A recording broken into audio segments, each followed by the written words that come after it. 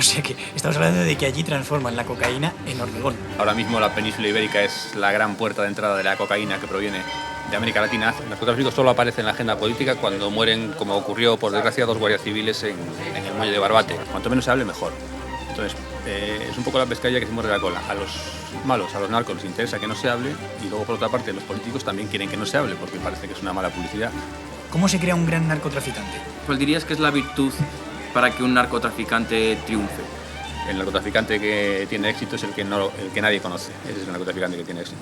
Sito Miñanco, Fariña, podrían ser incluso marionetas de estos. ¿Consideras que el narcotraficante llega a ser feliz durante toda su vida?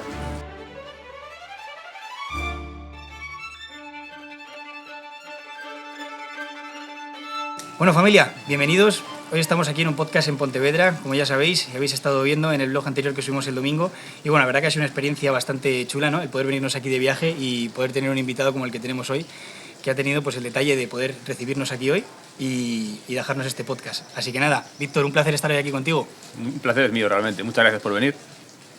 No pude ir a Madrid, pero bueno, es un placer recibiros aquí a vosotros. Nada, me presento un poco primero para quien no me conozca. Soy Víctor Méndez, periodista de investigación, director de Narcodiario, que es el único medio de información especializado en narcotráfico en España, por lo menos. Además, también trabajo en Diario de Pontevedra. Y bueno, también por otra parte me dedico a producir documentales, ¿no? Relacionados también en la mayor parte con el crimen organizado, y el narcotráfico, ¿no? Que por desgracia pues, es un tema que está muy extendido en España en estos momentos. Un poco más o menos esa es ahora mismo mi presentación. También escribí algún que otro libro, todo ello relacionado con la misma materia. Digamos que estoy bastante especializado en investigar el crimen organizado en España. Sobre todo, además, ahora estamos en la cuna del narcotráfico. ¿Cómo ves tú el tema del narcotráfico? ¿Cómo está actualmente aquí en Galicia comparado, por ejemplo, con los 10 años anteriores? ¿Cómo está la situación ahora mismo? Pues mira, Galicia la verdad es que se lleva la fama un poco, ¿no? Porque fue el primer lugar, ¿no?, conocido en el que se empezó a hablar de todo esto, ¿no? Sobre todo hablamos de los años 80, cuando los colombianos empezaron a poner los ojos en Europa, ¿no?, para introducir cocaína, que es un poco la estrella de las drogas aquí en Galicia. En ese momento comprobaron que Galicia era un punto pues, muy bueno, muy positivo para ellos a la hora de introducir cocaína, por varios motivos, ¿no? Galicia, por varios motivos, era un lugar excelente para ellos, ¿no?, para los colombianos. Entablaron relaciones con los gallegos en prisión. Los primeros colombianos que vinieron aquí los metieron en prisión. Gallegos estaban en prisión, entablaron relaciones con ellos, marcaron ahí un antes y un después. A partir de ese momento empezaron a trabajar juntos. Los gallegos tenían la infraestructura naval, que es lo que se necesita. La droga en aquel momento venía prácticamente toda por mar, y esa mercancía había que introducirla en barcos pesqueros, en este caso barcos pesqueros, veleros y tal. Y los gallegos tenían esa infraestructura. ¿Qué ocurrió? Que los colombianos vieron que los gallegos trabajaban bien. Desde ese momento, en los años 80, comenzó una relación que se mantiene viva ahora mismo. Estamos en 2024 y aquellos inicios, aquellos tratos que sellaron en América Latina, en Panamá, en lugares como Panamá, como Colombia, los gallegos, permanecen ahora mismo todavía vigentes. Eso hace que en 2024 siga siendo Galicia un lugar, pues desgraciadamente, muy utilizado para el tráfico de cocaína. Ahora bien, como decía antes, Galicia tiene la fama, ¿no? Tiene la fama porque en su momento fue pionera, pero ahora mismo no es solo Galicia, ahora mismo el tráfico de drogas, de cocaína y del resto de drogas está extendido por toda España, tanto Galicia como el sur de España, la zona del Estrecho, Campo de Gibraltar, que igual que Galicia tiene la fama, pero igual que Galicia no es el único lugar. Estamos hablando de que es un negocio que afecta a toda España, a toda la costa andaluza, por supuesto a las grandes ciudades, a Madrid, a Barcelona, a todo el arco mediterráneo y por supuesto también a la costa de Portugal. Ahora mismo la península ibérica es la gran puerta de entrada de la cocaína que proviene de América Latina hacia Europa, por una parte, y también la puerta de entrada del hachís. Y aparte de ambas drogas, pues España se ha convertido en los últimos 10 años en el principal productor de marihuana, también a nivel europeo, con lo cual todo esto al final es un caldo de cultivo que convierte al país en un lugar en el que el crimen organizado está presente, está muy presente. Y estamos hablando de Galicia, pero es Galicia, es Andalucía, la Costa del Sol. España en general ahora mismo tiene un problema bastante serio en relación a esto, ¿no?, y a la presencia de las mafias del crimen organizado. O sea, claro, has dicho antes el crimen organizado. ¿Qué relación crees tú que tiene el crimen organizado con la política en España actualmente? Por ejemplo, narcotráfico y tal. Relación ahora mismo no existe. Bajo mi punto de vista no hay una relación directa entre el crimen organizado en España y la política. Sí ocurre en otros países. Este problema está sobre todo en los países de origen. La narcopolítica, digamos, los narcoestados están de donde proviene la droga. Estamos hablando en América Latina, sobre todo de Ecuador, que es un país que ahora mismo tiene grandísimos problemas en ese sentido. Está infiltrada, el crimen organizado y el narcotráfico está infiltrado en el gobierno, en las estructuras del gobierno, y eso hace que la salida de la droga sea muy sencilla para ellos. En Marruecos también se habla de una cierta o gran connivencia por parte del gobierno con las mafias, en este caso del hachís. Y entonces la connivencia política en los países de origen sí que provoca que las zonas de tránsito como España o de destino pues tengan un problema mayor.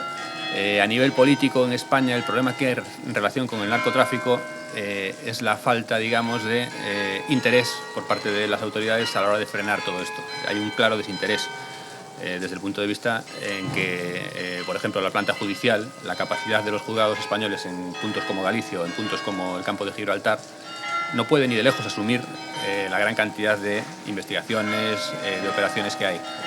¿Esto qué acarrea? Pues impunidad, total impunidad. Lo que ocurre es que detienen a un narcotraficante o a un grupo de narcotraficantes y cuando le van a juzgar pues ya prácticamente no se le puede condenar por el retraso judicial, dilaciones indebidas.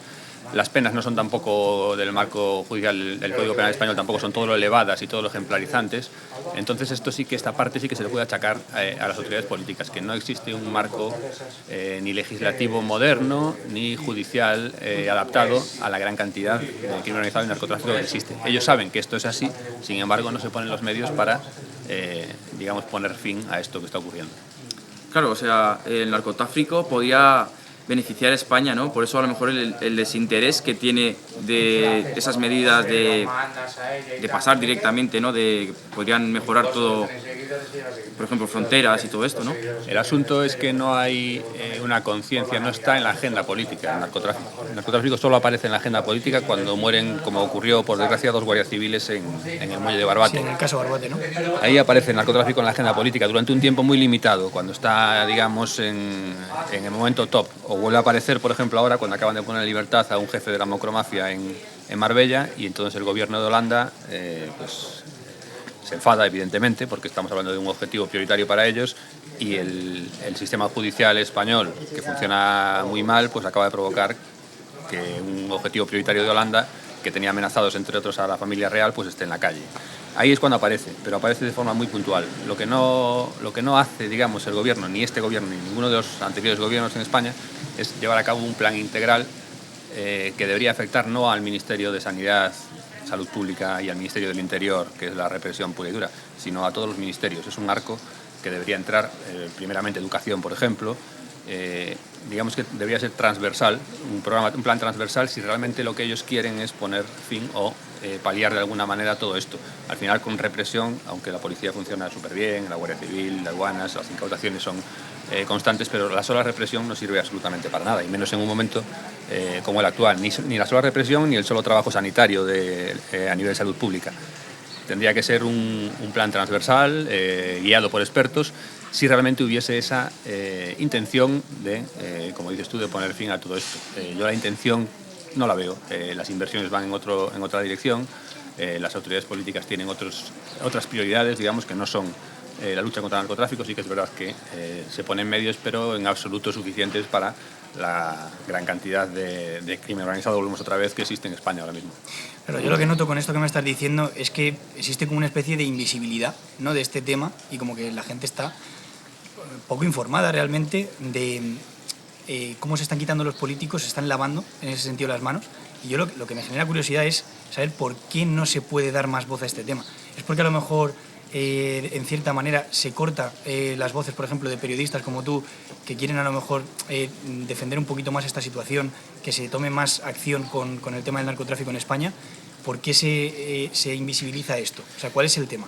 Yo pienso, con los años de experiencia que tengo, que es una cuestión de imagen. Parece que hablar de narcotráfico, el que hable de narcotráfico, aunque hables, como tú dices, ¿no?, con la intención de visibilizarlo, de intentar poner los medios para que se mejore o que haya menos o que se evite, pues como que es una mala publicidad o está mal visto a niveles políticos, a niveles empresariales y demás.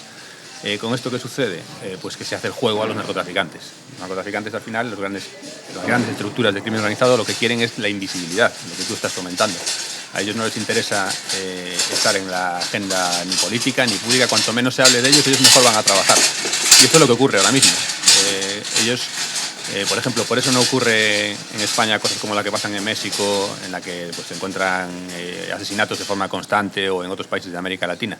Aquí no, porque aquí las mafias saben que ellos trabajan bien desde un segundo plano. Siempre, cuanto menos se hable, mejor. Entonces, es un poco la pescadilla que se muerde la cola. A los malos, a los narcos les interesa que no se hable, y luego, por otra parte, los políticos también quieren que no se hable, porque parece que es una mala publicidad, con lo cual el beneficiado al final es el crimen organizado, que trabaja siempre en la impunidad, trabaja siempre en la oscuridad, cuanto menos se conozca de ellos mejor, y parece como que se está convirtiendo en parte del paisaje, ¿sabes? Vemos miles de kilos de cocaína, miles de kilos de hachís, y no llama la atención lo suficiente, como sí ocurre en otros países. Por ejemplo, sin ir más lejos, nos vamos a Francia, que lo tenemos aquí al ladito, y cada vez que hay una incautación, pues no te hablo de miles de kilos, de la mitad de lo que ocurre aquí, porque las incautaciones ahí son menores, y el primero en salir es el ministro de turno a informar, a dar cuenta de lo que ocurre y tal. Aquí, para que salga el ministro, tienen que fallecer 2 guardias civiles, si no, las operaciones de narcotráfico son como algo normal, entre comillas, para el escenario político, y esto también cala en los medios de comunicación. Para que abran telediarios informaciones de narcotráfico es muy raro. Sí las abren cuando hay un crimen como el de Barbate, pero no cuando, por ejemplo, hoy que acaban de anunciar la incautación de 25.000 kilos de hachís. Estamos hablando de 25.000 kilos valorados en 50 millones de euros. ¿En qué parte de España? En el campo de Gibraltar, en el puerto de Algeciras, exactamente. Llegaron en el ferry desde Marruecos, una práctica muy habitual por parte de las organizaciones, en camión, oculto en este caso en cajas de melones, y seguramente ocupe muy pocos segundos de los telediarios, si no tiene más que verlo hoy, y estamos hablando de la mayor incautación en un solo vehículo de hachís que yo recuerde. Estamos hablando de una cantidad enorme, y no va a tener, o mucho me equivoco, no va a tener la repercusión que debería tener para que todo esto al final se tomen las medidas, lo que estábamos hablando un poco antes. ¿Cuáles son los principales grupos que operan en España de narcotráfico? Dependiendo de las sustancias podemos hablar de unos o de otros, ¿no? Pero bueno, hay organizaciones ahora mismo que ya trabajan toda clase de drogas. Los más importantes son organizaciones de Europa del Este, especialmente le llaman Cártel de los Balcanes, pero al final el Cártel de los Balcanes es un grupo de organizaciones, ¿no? Que ahí entra la mafia albanesa, entran organizaciones serbias, la organización de Tito y Dino, que está con base en Bosnia y Herzegovina y muy asentada en España, en la Costa del Sol. Cártel de los Balcanes seguramente sea la red más importante que trabaja al mismo tiempo cocaína y hachís. Tiene sucursales en distintos puntos, han tenido problemas porque les han detenido aquí en Galicia, pero también se tienen en el sur de España, en la zona de la Costa del Sol. Por una parte, Cártel de los Balcanes, por otra parte, la famosa macromafia, de la que hablamos antes porque pusieron en libertad a uno de sus jefes en Marbella recientemente y se acaba de fugar. Es otra organización muy importante, formada por ciudadanos de origen marroquí con pasaporte holandés. Esto les permite moverse por espacio Schengen con total tranquilidad porque tienen pasaporte holandés, como estamos diciendo. Y tanto estos como los anteriores que cité son especialistas en los puertos. Hay que tener en cuenta que la mayor parte de la cocaína que llega a Europa viene por puertos comerciales, en portacontenedores. Es verdad que tenemos otros métodos que a lo mejor tienen más mística, ¿no? Como los barcos submarinos o veleros pesqueros y demás, pero el mayor volumen es en contenedores, en las rutas comerciales de contenedores. Y las organizaciones que se dedican a recoger estos grandes alijos son, por un lado, albaneses, balcánicos y, por otro lado, marroquíes holandeses. Son las 2 organizaciones principales a la hora de recoger. Luego, no nos podemos olvidar de la 'Ndrangheta italiana, que es una organización de un tamaño bestial que está en todo el mundo, prácticamente en todo el mundo, con ramificaciones en España, en América Latina, sus bases evidentemente en Italia. Y luego ya si nos vamos a España hay organizaciones de todo tipo que se dedican principalmente a la parte final, ¿no? Del transporte. En el sur de España hay varias organizaciones dedicadas al hachís y aquí en la zona de Galicia y Portugal pues principalmente a la cocaína, ¿no? Pero ya estamos hablando de organizaciones que se dedican a la introducción final, ¿no? No son, como hablábamos antes, de balcánicos o de albaneses que son capaces de financiar todo el negocio. Y fuera de todos esos no podemos olvidarnos de los colombianos, que siguen igualmente activos en el negocio de la cocaína, y de los marroquíes en el negocio del hachís. El papel de unos y de otros es el mismo. Son los productores, son los dueños de la droga y tienen gente tanto en su país de origen, evidentemente, para enviar los alijos, como ya en el destino para recuperarlos y para venderlos.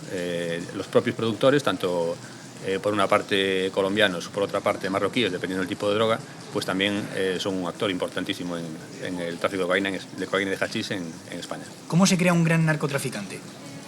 cómo se crea. Es complicado eso de decir.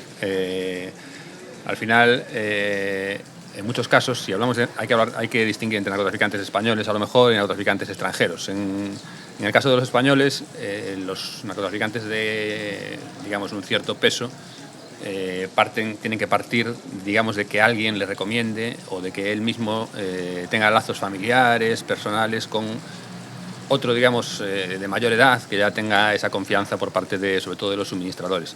Si hablamos de Galicia, por ejemplo, hablamos de clanes históricos, aquí hablamos de segundas o terceras generaciones, hablábamos antes de las personas, de los colombianos que en los años 80, el cártel de Cali, por ejemplo, que vino aquí a Galicia a hacer negocios, pues ahora los nietos de las personas que hicieron aquellos negocios en los años 80, o los nietos o las familias políticas de los nietos, pues son ahora los que... O sea, que esto es como un negocio familiar prácticamente, ¿no? Se va traspasando de generación en generación. Sí, es verdad que en los últimos años aparece gente nueva, ¿no? Ahora mismo hay un negocio muy grande y no solamente son esta gente que tiene una procedencia, una descendencia, digamos, de los narcotraficantes históricos, sino que también hay otros grupos.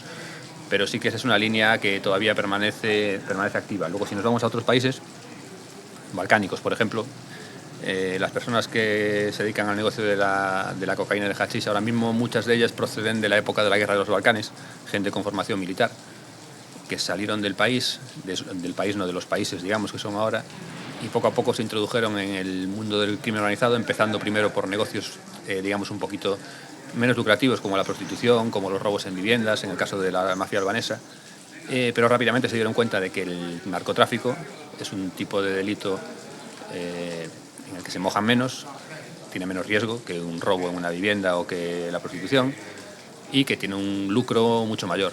Por eso a partir de ahí se fueron deslizando hacia el narcotráfico. Primero empezaron transportando heroína en muchos casos, la heroína que venía y que sigue viniendo desde la zona de Turquía hacia Europa Occidental.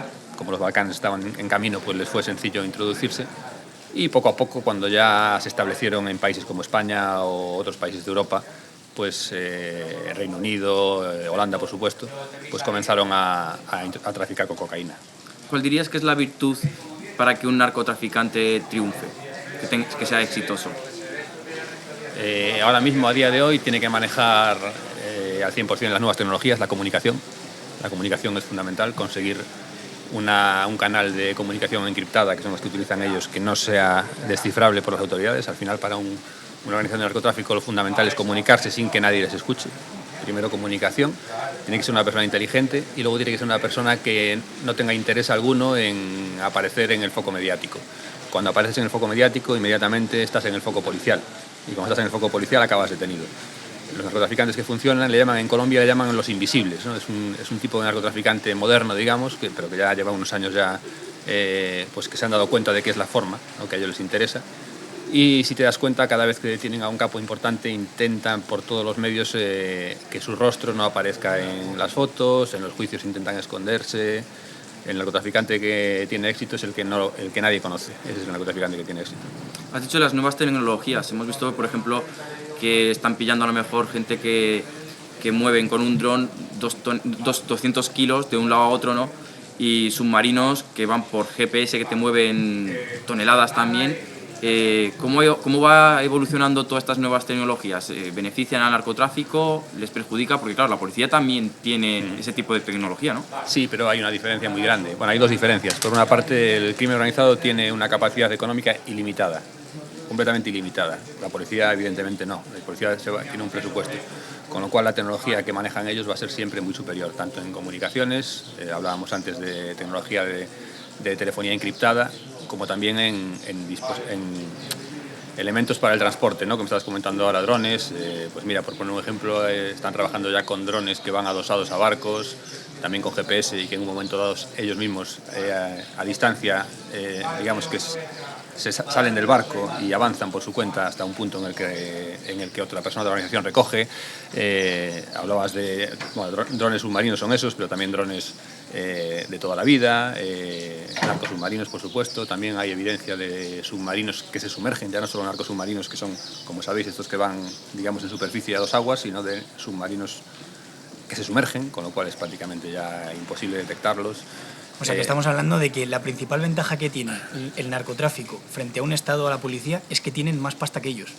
seguramente será la principal ventaja. Sí, más allá de la intención mayor o menor del Estado en atacarlos, ¿no? Que es verdad que los Estados tienen poder y si ponen los medios podrían hacer más, pero sí, la gran ventaja seguramente sea el poder económico. Al final el poder económico es ilimitado por parte de ellos y también tienen una segunda ventaja, que el narcotraficante no se tiene, de hecho el narcotraficante o el criminal, la persona del crimen organizado, no sigue ninguna norma, no sigue ninguna regla, porque no la tiene que seguir porque es un delincuente. El policía tiene que seguir unas normas y unas reglas. Hay un marco legal, que además, por desgracia, la ley de enjuiciamiento criminal española es del siglo XIX, y la policía, aunque tiene una serie de modificaciones que no dejan de ser parches que se hicieron en el año 2015, en el año 2020, pero son parches, una ley de 2019, y con arreglo a esa ley el policía tiene que perseguir a delincuentes que no siguen ningún tipo de ley, que tienen todo el poder económico, con lo cual eso al final es una ventaja enorme para ellos. Yo tengo una pregunta muy rápida, simplemente. ¿Qué ocurre con toda la droga que se incauta? ¿Se quema? ¿Qué se hace con la droga que se incauta a los narcotraficantes? Dependiendo de los países, pero bueno, el proceso normalmente es quemarla. En España, en la cocaína, el hachís que se decomisa acaba quemándose. Hay un proceso judicial, siempre con un control judicial, y se envía a plantas térmicas, a empresas normales que tienen esa tecnología, esa capacidad para quemar, ¿no? Que utilizan para sus procesos habituales. No voy a decir aquí los nombres de las empresas, porque no es algo que las autoridades mantienen en secreto, pero son empresas que tienen entre sus funciones, digamos, la quema de distintos productos, y entonces entre esos pues llegan a acuerdos y siempre con un control judicial las incineran. Luego hay otros procesos, por ejemplo en Ecuador han empezado con la gran cantidad de cocaína que están incautando, han iniciado un proceso que le llaman encapsulamiento de la cocaína, que es un sistema según el cual mezclan la cocaína con otros productos y la compactan de manera que queda como la transforman, digamos, en lugar de quemarla la transforman en otra sustancia y luego una vez ahí la destruyen. Pero bueno, son sistemas pioneros que todavía no están. ¿Y esa sustancia para qué sirve luego? En un principio hablaban de que podía ser utilizada para la construcción. Lo que sacaban del encapsulamiento, cuando empezaron con este sistema, pues decían que era una sustancia tan compacta que era posible utilizarla como tipo de hormigón o algo similar. O sea que estamos hablando de que allí transforman la cocaína en hormigón. Lo intentaron hacer, pero las últimas informaciones que tengo al respecto es que ha habido problemas, porque al final ellos decían que la cocaína, una vez sometida a ese tratamiento de encapsulamiento, quedaba totalmente inocua, pero pienso que han tenido problemas con eso y ahora mismo creo que no la están utilizando para la construcción, precisamente por problemas de seguridad, me da la sensación. Pero sí, esa era una intención que tenían en Ecuador con el sistema. Sí. El año pasado incautaron 100.000 kilos de cocaína, ¿no? Los narcotraficantes tienen ese aparato de rayos X para camuflar mejor la droga. Para camuflar mejor su propia droga, sí. ¿Te refieres? Es que no lo necesitan. Ten en cuenta que los sistemas de control son prácticamente imposibles. Mira, un alijo de cocaína, una vez que entra, la dificultad es que digamos que corone, como le llaman ellos, ¿no? Ellos quieren coronar, quieren que la droga entre en el territorio. Para entrar en el territorio tienen 1000 formas, ¿no? La más habitual, los contenedores, de los cuales se inspecciona entre un 1 y un 2% de los contenedores que entran. Imagínate el volumen de contenedores que entra en Europa, un 2% que se inspeccione, cuánta cocaína puede entrar ahí. Una vez que la cocaína entra en territorio Schengen, ellos ya no tienen absolutamente ningún problema. Ten en cuenta que es un coche, como puede ser esta furgoneta o un coche particular, que se va a mover con los kilos que quiera por todo el territorio Schengen sin ningún tipo de control. No existen controles, no hay fronteras. Entonces, ellos una vez entran aquí, digamos que el interés de ellos es hacer llegar la droga al territorio Schengen, hacer llegar la droga, en este caso, a España. Hacerla salir de allá, que normalmente en América Latina, por desgracia, tienen capacidad porque los puertos los tienen completamente controlados, los puertos de salida, con la propia policía corrupta, con estibadores, con personal portuario corrupto, y aquí en destino un poco pasa 3/4 partes de lo mismo, ¿no? Tienen gente en los puertos, que puede ser a veces de la organización, hablábamos antes del cártel de los Balcanes o de la mocromafia, extraer la droga de los puertos y una vez esa droga sale del puerto en un camión, llega a una nave y a esa nave ya acuden las distintas organizaciones a coger cada una su parte y la droga se mueve. Entonces, no necesitan ningún tipo de seguridad extra aparte de la entrada.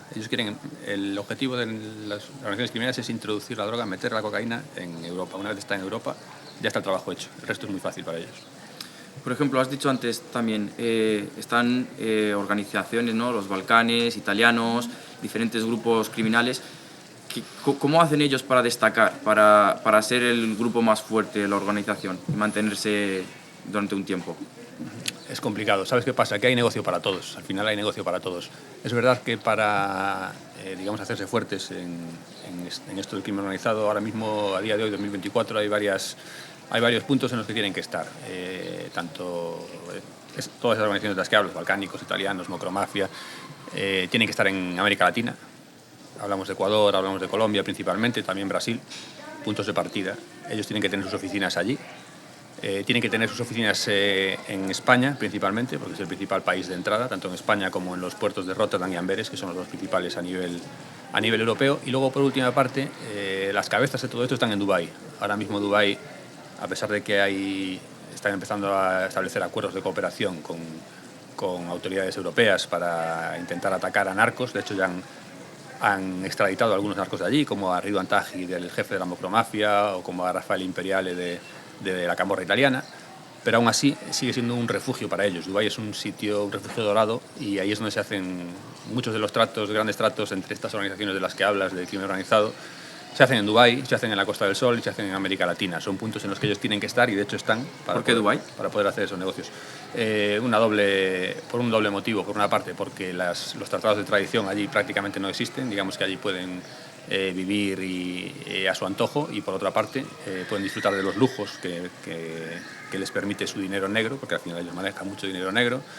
Y por otra parte también es un buen lugar para blanquear. Ellos al final tienen mucho poder económico, y allí adquieren propiedades inmobiliarias que todavía, sabéis que Dubái sigue creciendo y seguirá creciendo a nivel de vivienda, de turismo y demás, y entonces es un buen lugar para blanquear. Es un lugar en el que están ciertamente seguros a nivel, digamos, judicial, y están también relativamente alejados, ¿no?, del foco policial. Las policías europeas no pueden llegar a Dubái, salvo que las autoridades emiratíes pues estén de acuerdo. Allí es muy complicado trabajar. Entonces al final se juntan una serie de elementos que hacen que Dubái sea un sitio, digamos, de cabecera, ¿no?, sobre todo para los jefes, ¿no? Estamos hablando de los grandes capos de cada una de estas organizaciones. Para ti, ¿quién es el narcotraficante que mejor ha desempeñado como tal su narcotráfico? Mira, el mejor narcotraficante, creo que ya te respondí antes, el mejor narcotraficante que existe es el que no conocemos ni tú, ni yo, ni ningún experto. Ese es el mejor. Y hay muchos narcotraficantes aquí en Galicia, seguramente aquí en Pontevedra ahora mismo, pues hay a lo mejor 5 o 10 narcotraficantes que nadie conozca, que estén forrados de dinero, que se hayan montado empresas legales después de haber traficado, o incluso que sigan traficando y se hayan montado empresas legales, y nadie los conoce ni los va a conocer. Ese es el mejor narcotraficante. Eso existe aquí, porque yo tengo constancia de que existe en Galicia, pero seguro que eso existe en todas las partes del mundo. Esa persona que tiene la capacidad, como decíamos antes, de no estar en el foco mediático, de no conocerle, de que nadie le conozca. O sea, que estamos hablando que a lo mejor Sito Miñanco, Fariña, podrían ser incluso marionetas de estos.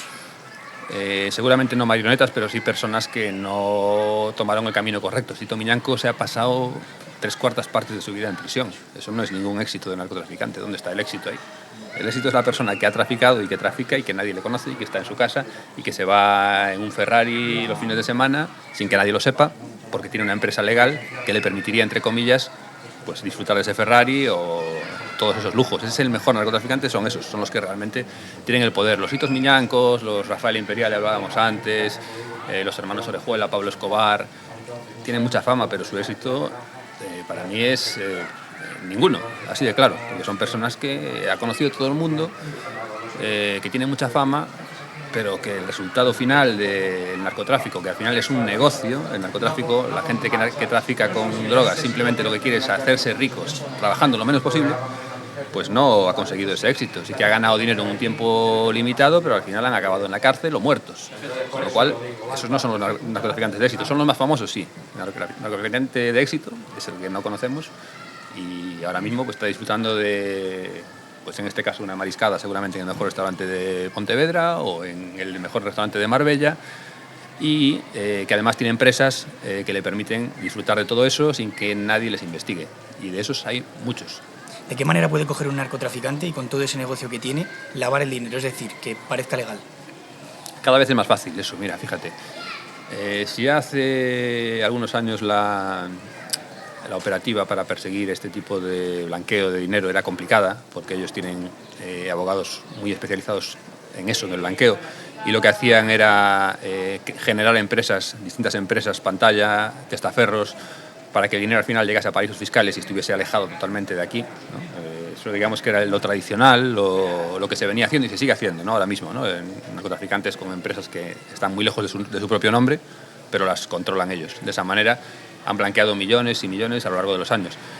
A eso se suma ahora la criptomoneda, que es totalmente indetectable. Al final, ahora mismo sobre todo vigilancia aduanera, agencia tributaria, que son los que más se dedican, también la UDEF de la policía, UDEF con F, a la investigación patrimonial, lo tienen muy difícil, porque se suman ambas cosas, ¿no? Estamos en un mundo en el que, aparte de estar globalizado, por una parte, hay mucha facilidad para desviar el dinero a paraísos fiscales, y por otro lado está la criptomoneda, que es prácticamente imposible de rastrear ahora mismo. Ahora mismo es otra pata muy importante, la del dinero, que les permite mantener su negocio, porque es muy difícil de perseguir.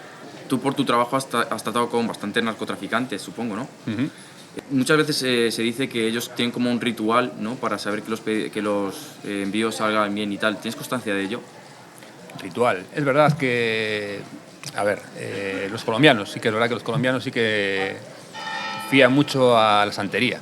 Históricamente fían mucho a los santeros. Fíjate, los colombianos, hablamos de narcos importantes, de cuando hacen una operación, no todos porque ahora ya han evolucionado, ¿no?, pero sí que históricamente eran personas que iban a visitar a su santera para ver si esa operación iba a salir bien o iba a salir mal. Esto hay evidencias, y no una, sino muchas evidencias de conversaciones interceptadas por parte de las autoridades cuando están investigando esa parte final, ¿no?, cuando van a enviar ya el alijo desde América Latina, en este caso hacia España, y que ellos llaman por teléfono a su santera o acuden para que le diga si ese alijo va a coronar o no. Sí que es verdad que eso se ha detectado. Sin embargo, yo creo que ahora en la actualidad va a menos, ¿no? En la actualidad como en toda la sociedad, ¿no?, ese tipo de prácticas se están reduciendo, pero sí que es verdad que sobre todo en América Latina, que creen más en todo eso, ¿no?, pues todavía continúan a veces siguiendo los designios, ¿no?, de la santería, sí. Vemos que también que las relaciones se mantienen durante largo tiempo y tal. ¿Cuál crees que es la virtud que les mantienen, por ejemplo, los lazos de los colombianos con los españoles o los gallegos? ¿Cuáles crees que es? Muy fácil, es la confianza. Al final, cuando cae un alijo, que muchas veces caen alijos, el gallego no delata a nadie. El narcotraficante gallego nunca dice me contrató el cártel de Cali, por poner un ejemplo, o esta tal persona relacionada con Bogotá. El narcotraficante gallego, cuando es detenido, lo que hace es comerse la pena de cárcel que le corresponda. En ese tiempo, normalmente la organización criminal, bien sea gallega, bien sea colombiana, hace que su familia no tenga problemas, le paga lo que necesite pagarle y demás, y cuando salga de la cárcel puede volver a trabajar. Pero lo que nunca hace es delatar. Esa es la clave al final en esto. Por una parte, que trabajan bien, que la faena, digamos, que se les encarga, que es normalmente coger la lancha rápida, recoger la cocaína, traerla para aquí, esconderla en una nave hasta que venga el dueño, la hacen bien, suelen hacerla con buen criterio y con buen resultado, y por otra parte, cuando cae esa droga, ellos son una tumba. Entonces eso es la segunda de las claves y la fundamental. O sea, que los narcotraficantes incluso aseguran a sus trabajadores que en el caso de que les pillen y que entren en la cárcel van a seguir cuidando de sus familiares a nivel económico, ¿no?, hasta que ellos salgan y puedan volver a trabajar. Sí, eso siempre ocurre cuando ellos también cumplen su parte, ¿no?, lo que hablábamos antes, ¿no? Si la persona que es detenida no habla, porque es verdad que hay algunos casos en los que hablan, ¿no?, pero si la persona que es detenida cumple con su parte, el cártel siempre cumple con su parte. ¿Qué pasa si hablan normalmente? Pues si hablan, en ocasiones se ajustan las cuentas después, ¿no?, normalmente o dentro de prisión o fuera. ¿De qué formas? Hay toda clase de ajustes de cuentas, dependiendo de las organizaciones. A veces son simplemente palizas, robos violentos, que parecen robos violentos, pero que al final son palizas brutales. Y en ocasiones pues llegan a matarse entre ellos, ¿no? Al final es la parte, digamos, que menos gusta en este negocio cuando se producen las muertes. Normalmente son por robos de droga más que por este tema que hablamos de hablar, ¿no?, porque es que casi nadie habla. Entonces, por hablar casi nunca pasa nada porque casi nadie habla. Normalmente la violencia en el narcotráfico es cuando alguien se queda con una parte del alijo. Cuando matan a alguien es cuando una persona, un grupo introduce 1.500 kilos y de repente aparecen 1.400. ¿Dónde están esos 100? Ahí es donde vienen los problemas. Digamos que el narcotraficante emplea la violencia cuando le roban, principalmente. También te queríamos preguntar un poquito sobre ti y sobre qué investigaciones has llevado a cabo, qué trabajos y sobre todo, pues, si querías comentarnos algo sobre tu libro, el libro que has sacado. Bueno, a ver, yo empecé trabajando solamente llevando temas de tribunales, sucesos, crimen organizado aquí a nivel local, ¿no?, en Galicia. Y como se me quedaba un poco pequeño, pues, y después de entrar en contacto también con fuerzas de seguridad a nivel nacional y a nivel internacional, pues se me ocurrió la idea de hacer el primer libro, Narcogallegos, ¿no? Que lo publiqué en 2018 y en él se hace un poco sobre todo un recorrido por todo el tráfico de cocaína a nivel Galicia, pero también a nivel nacional e internacional, desde la época que hablábamos antes, de los años 80 y 90, hasta la actualidad. Sobre todo buscaba contar la realidad, ¿no? Porque justo lo publiqué en la época en la que salía la serie Fariña y al final algo que no me gusta, aunque es un excelente trabajo audiovisual y ahí están los datos, igual que el libro Fariña es un excelente libro, ahí están los datos, pero yo buscaba un poco acercarme al máximo, pegarme a la realidad, ¿no? Digamos, escapar de ese mito, de esa figura del Sito Miñanco triunfador, ¿no? Que es un poco lo que... No es que lo quiera exponer, pero al final lo expone la serie Fariña, ¿no? Entonces un poco la idea era mostrar realmente lo que sucede en el narcotráfico y lo que le sucede a los narcotraficantes que acaban cazados. Después, en el año 20, en la pandemia, saqué mi segundo libro, que estaba relacionado con la heroína y con el fentanilo, que ahora está tan de moda. Yo en aquel momento, en el año 19, ya realicé una investigación aquí en España y en Estados Unidos, en la que se ponía sobre la mesa, pues primero todo el recorrido histórico del tráfico de heroína, lo que ha afectado todo eso a nivel español, europeo e internacional, y también avanzaba a lo que está ocurriendo ahora, que estamos viendo ahora en 2024 con el tema del fentanilo, ¿no? Se llama Traficantes de la Muerte de la heroína al fentanilo, y de hecho este libro lo están utilizando ahora en el Plan Nacional sobre Drogas. Van a sacar ahora mismo un informe sobre todo esto y lo están utilizando como referencia. Bueno, Víctor, nos gustaría saber cuál es tu Ace of Dogs. Bueno, pues mira, precisamente en la pandemia, ¿no? Que era un periodo en el que todo estaba un poco parado, ¿no? Incluso en el trabajo no había, pues todos estábamos un poco al ralentí, ¿no? Digámoslo así. Yo acababa de sacar mi segundo libro, seguía trabajando en el periódico y se me ocurrieron dos ideas que vinieron un poco en paralelo, ¿no? Que era un poco cambiar, ¿no? Pasar de las letras a otros formatos. Entonces lo primero que empecé fue a poner los ojos en el audiovisual, ¿no? En el audiovisual y en transformar el primer libro en un documental. El año 20 empecé a trabajar en ello, un poco tirándome a la piscina, sin tener de entrada pues un canal de salida. Y por suerte pues gustó mucho en Movistar, que fue la plataforma con la que contacté primeramente, no contacté con ninguna otra. Y desde ese momento empecé a trabajar con ellos. Ahí cambió un poco mi día a día, mi forma de trabajo, mi método de trabajo, aunque sigo en la prensa y sigo en otros trabajos, pero el audiovisual a partir de ese momento se convirtió en un punto fundamental en mi día a día. En esa misma época, también en paralelo, se me ocurrió la idea de crear o generar el primer medio de comunicación especializado en narcotráfico en España, que no existía. Y también lo mismo, estábamos en un momento en el que había muchísima información, yo disponía de muchísima información y no tenía el canal adecuado para ofrecerla, ¿no? Porque al final, trabajando en Galicia, pues tenía un poco que centrarme en lo que sucede aquí. Entonces, bueno, me animé, invertí un poquito y creamos Narcodiario, que ahora mismo pues ha ido creciendo y se ha convertido en una gran referencia. Primero empezó como un proyecto de redes sociales durante apenas unos meses y en vista del crecimiento pues muy pronto yo lo trasladé a lo que es un periódico digital con todas las letras y sigue ahora mismo funcionando. Entonces, bueno, hablamos eso del momento de la pandemia y de ese doble cambio, ¿no? Pasando de un formato pues a lo mejor más tradicional de trabajo, más prensa, en el mismo momento pues pasar a audiovisual y pasar a digital, que es en lo que estamos ahora. ¿En ningún momento tienes miedo de estar sacando tantos temas de narcotráfico a la luz, incluso de tener tu propio diario que habla del mundo del narcotráfico? No, la verdad es que llevo muchos años en este mundo y es un poco lo que hablábamos antes, ¿no? El narcotraficante importante, el jefe de un cártel, los jefes de cárteles, que al final son los que dominan el negocio en España, ¿no? El crimen organizado aquí está dominado por jefes de cárteles que lo único que quieren es ganar dinero, lo único que quieren es que su negocio siga funcionando. ¿Y qué ocurriría si ellos se meten con un periodista, como en mi caso, con alguien especializado, conocido, entre comillas, en el sector? Pues problemas para su negocio. Al final pondrían el ojo mediático, pondrían el ojo policial sobre sus organizaciones y perderían dinero, dejarían de ganar dinero.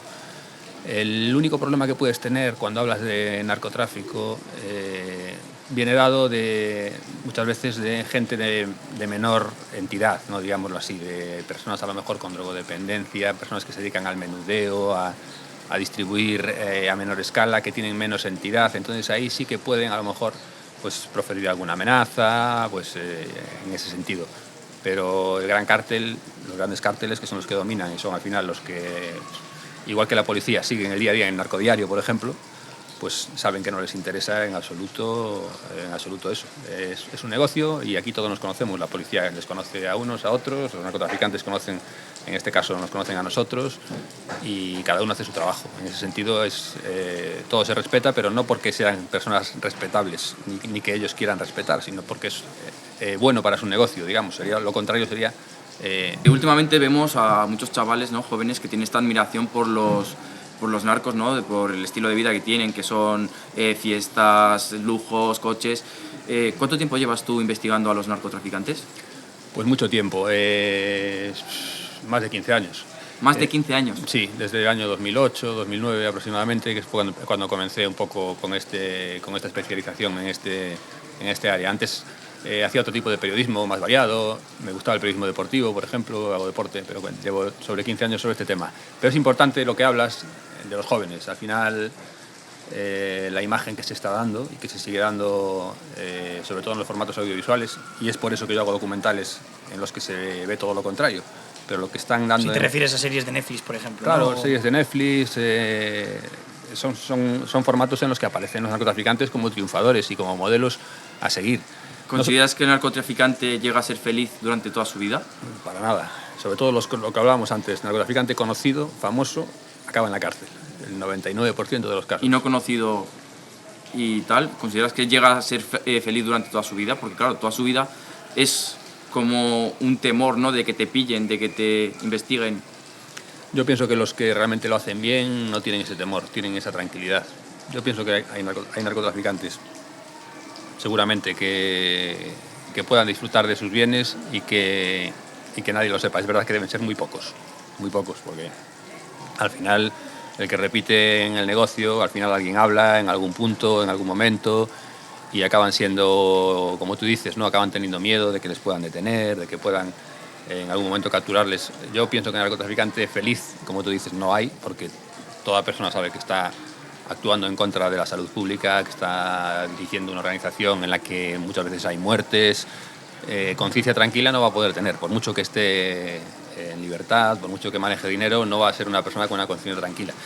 Y luego, los famosos acaban en la cárcel, el 99%. ¿Alguna vez has recibido algún tipo de soborno por algún narcotraficante?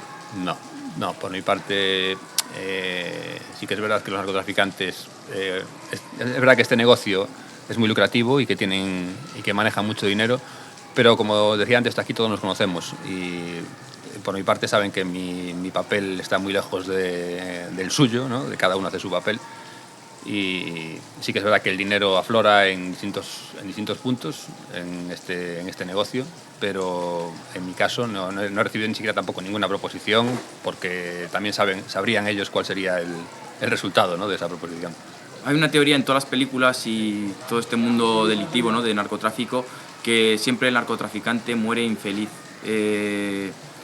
¿Tú has llegado a conocer casos de éxito que estén contentos o que hayan llegado a una edad ya muy entrada en años de que estén felices? Pues mira, no. Y te voy a poner ejemplos de lo contrario, además, porque al final me interesa mucho que se sepa esto, que la gente sepa, que los jóvenes sepan que eso no lleva a ningún sitio, que no hay felicidad, no existe en el narcotráfico. Felicidad puede ser una felicidad efímera, un éxito efímero. Pero mira, los ejemplos más mediáticos y conocidos y cercanos que pueda conocer todo el mundo, pues mira, Pablo Escobar, todos sabemos cómo acabó, siendo joven, tiroteado en una azotea. Gilberto Rodríguez Orejuela, que los que hayan visto Narcos saben perfectamente quién es, ¿no?, que era el rival de Pablo Escobar, el segundo narcotraficante, falleció en una prisión norteamericana después de estar en la cárcel pues, durante más de media vida. También estábamos hablando de que era el caballero de Cali, el mejor narcotraficante de Colombia. Si nos venimos a España, pues mira, tenemos un ejemplo muy cercano, que es el de Manuel Charlín, el jefe patriarca histórico del clan de los Charlines, que falleció también en su casa en Vilanova de Arousa, después de haber perdido todo el patrimonio que había amasado, pues porque la policía, la Guardia Civil y Vigilancia Aduanera consiguieron arrebatárselo, y en unas condiciones que no eran las de una persona feliz. Son ejemplos, digamos, hablábamos de dos narcotraficantes colombianos muy mediáticos y de uno de aquí también muy mediático. Ninguno de ellos puede decirse que acabó sus últimos días de su vida en una situación, digamos, feliz.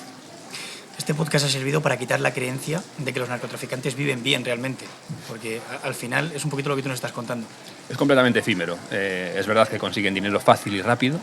Es algo que pasa, por ejemplo, mucho en el campo de Gibraltar, ¿no? Es como se inician, ¿no?, todos en el campo de Gibraltar. Pues te doy 1.000 euros por colocarte en esa esquina y vigilar a ver cuándo sale la patrulla de la Guardia Civil o de Vigilancia Aduanera o de la policía. Sí, esa noche le van a dar 1.000 euros y seguramente 3 semanas después le vuelven a dar otros 1.000 euros. Pero es que al final, al cabo de 3 meses, acaba detenido y acaba en prisión. Al final es un éxito efímero, es un camino en todos los casos negativo, aunque seas un capo. Al final los capos acaban o en la cárcel o muertos en muchos casos. Entonces al final es un mundo que puede parecer a corto plazo, que ahora estamos en una sociedad muy cortoplacista, ¿no?, que la gente quiere el éxito inmediato, quiere la recompensa inmediata. Sí que a lo mejor tiene la recompensa inmediata, pero al final va a acabar en la cárcel y su vida va a ser miserable. Y una pregunta, ¿tu libro dónde se podría comprar? En cualquier sitio, cualquier librería lo pides, o en Amazon directamente pones mi nombre y apellidos y ya te aparece en cualquiera de los 2 libros, en cualquier sitio. Bueno, pues la verdad que ha sido un podcast, a mí me ha gustado mucho, ha sido una manera de conocer el mundo del narcotráfico desde otro punto de vista, desde el que se nos suele dar en las series, ¿no? Como está diciendo Víctor, con un experto. Y nada, bueno, también nos gustaría agradecer a Taberna Camelia por habernos dejado grabar aquí. Ahora vamos a comer dentro, vamos a probar, que ya nos han dicho que tiene muy buena pinta la comida por aquí. Y bueno, que está aquí justo en Plaza de Estrela, ¿no? ¿Se dice Plaza de Estrela? Plaza de Estrela, sí, aquí. En el centro de Pontevedra. En el centro de Pontevedra, en el mismo centro. Y nada, también agradecer, bueno, mandar un saludo a Hugo Palomar, que fue la persona que nos puso también en contacto con Víctor y por esto hemos podido llegar a hacer este gran podcast. Así que nada, Víctor, ha sido un placer hacer este podcast contigo, muchísimas gracias y esperamos verte otra vez que pasamos por aquí. Gracias, espero veros a vosotros muy arriba, que seguro que sí.